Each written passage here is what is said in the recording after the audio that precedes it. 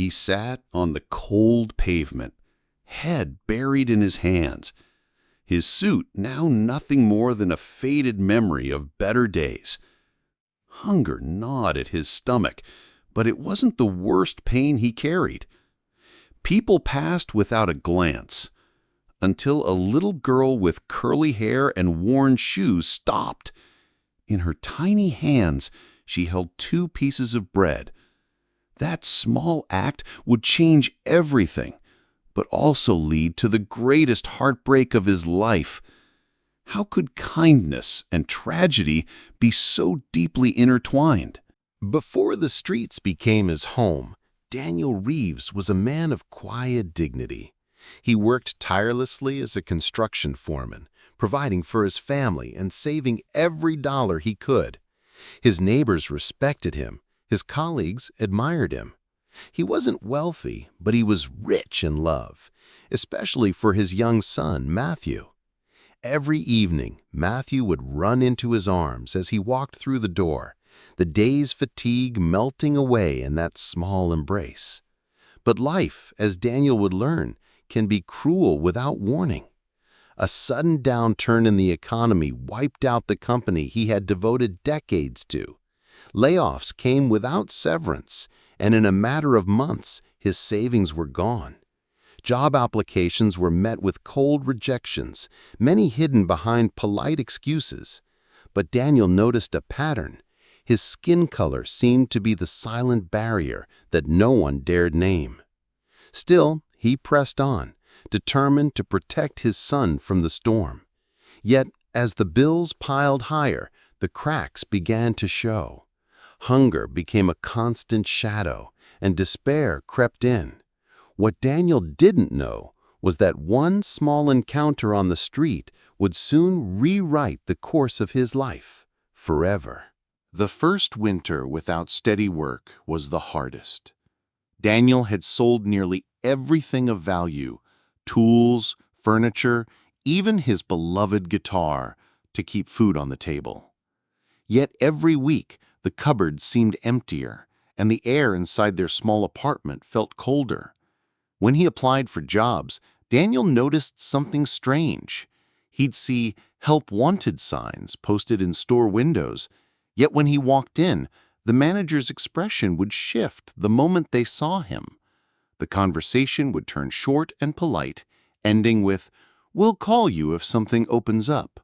But calls never came.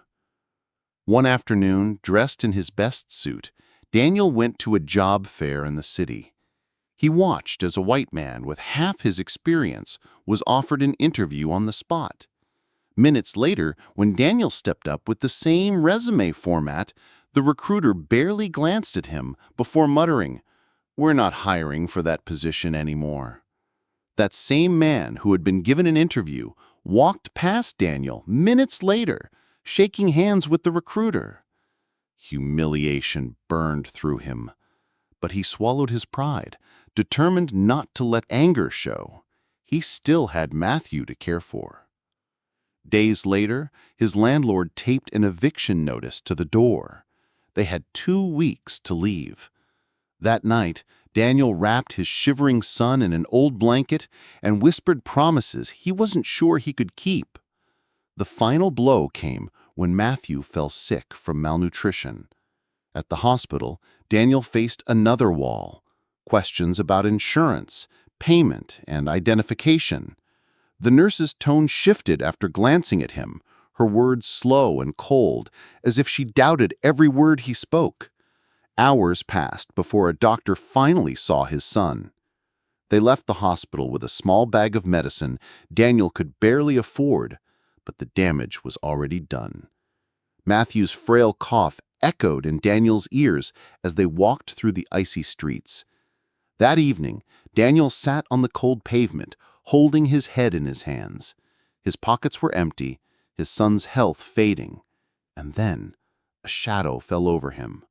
A little girl, no more than 8 years old, holding 2 pieces of bread in her hands.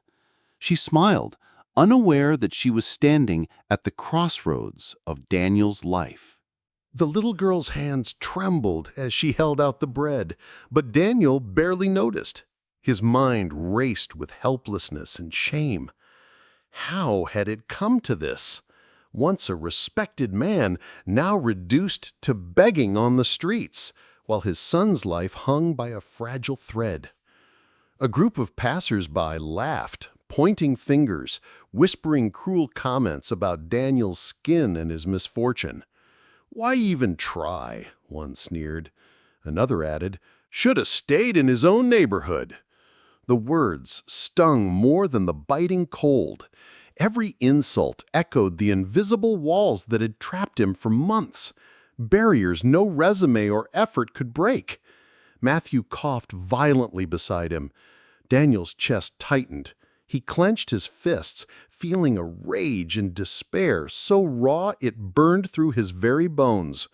The world had turned its back on him, yet here was this child, offering hope in the simplest form. 2 pieces of bread. 2 pieces that symbolized kindness in a world full of indifference.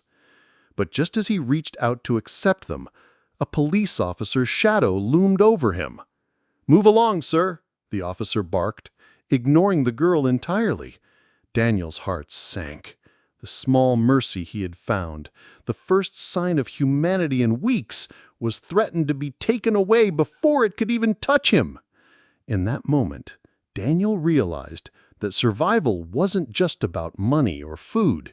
It was about dignity, justice, and the chance to fight a system stacked against him. He looked at the little girl, then at his son, and felt a spark of defiance ignite within him. Could one man rise from the bottom, challenge injustice, and reclaim his life? Or would the world crush him before he even had the chance? That small act of kindness changed everything. The little girl's simple gesture, 2 pieces of bread, was more than just food. It was a reminder that humanity could still exist amid cruelty and indifference. Daniel took a deep breath, lifted his son into his arms, and felt a flicker of hope he hadn't known in months. News of the encounter spread after a passerby snapped a photo. The image of a struggling father, his frail son, and the courageous young girl touched thousands. Donations, job offers, and community support poured in. Slowly, Daniel rebuilt his life, this time with a deeper understanding of resilience and the importance of human connection. He found stable work, moved into a safe home, and dedicated himself to ensuring Matthew never went hungry again. But even as his life transformed, the memory of the walls he had faced, the invisible barriers of racial prejudice, dismissive glances, and systemic neglect never left him. Daniel knew that his story was not unique. Millions still struggle in silence, judged not for their character or effort, but for the color of their skin. In the end, Daniel realized that change comes not only from success, but from standing up, speaking out, and lifting others along the way. The world had been harsh, yet it had also offered a chance for compassion to shine through. As Daniel watched his son play safely for the first time in months, he couldn't help but ask himself and all of us, how many acts of cruelty and injustice continue unnoticed every day? And what will you do when you see them?